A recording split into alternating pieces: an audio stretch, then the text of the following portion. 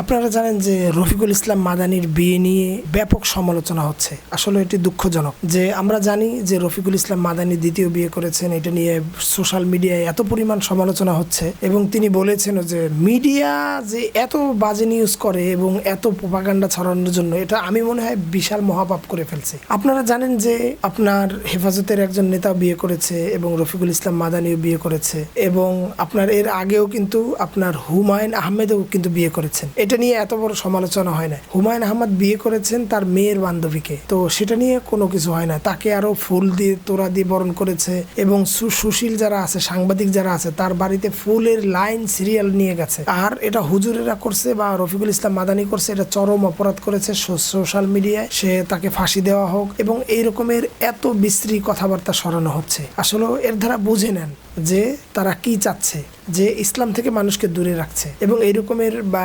Influencer যারা রয়েছেন, যারা সোশ্যাল অ্যাক্টিভিস্ট এবং যারা মাহফিল করেন, ইসলামের পক্ষে কথা বলেন এবং এদেরকে ছোট করে করতে পারলেই এদের একটা বেনিফিট হবে, তাহলে এদের আর মানুষ কথা শুনবে না এরকমের। তো এই জন্য এই সমস্ত কর্মকাণ্ড করে তারপরে এই আলেম ওলামা এবং ইসলাম থেকে দূরে রাখছে যারা। এবং আপনারা জানেন যে ইদানিং আমরা দেখছি যে বড় এক ধরনের একটা নিউজ হচ্ছে যে কওমি মাদ্রাসার বিরুদ্ধে এবং আপনার অপরাধ করে না একজন ইমাম, সে ধর্ষণের সাথে জড়িত না, তার নিজের বড় ভাই ধর্ষণের সাথে জড়িত, কিন্তু ইমাম সাহেবকে পেঁচাই দিছে।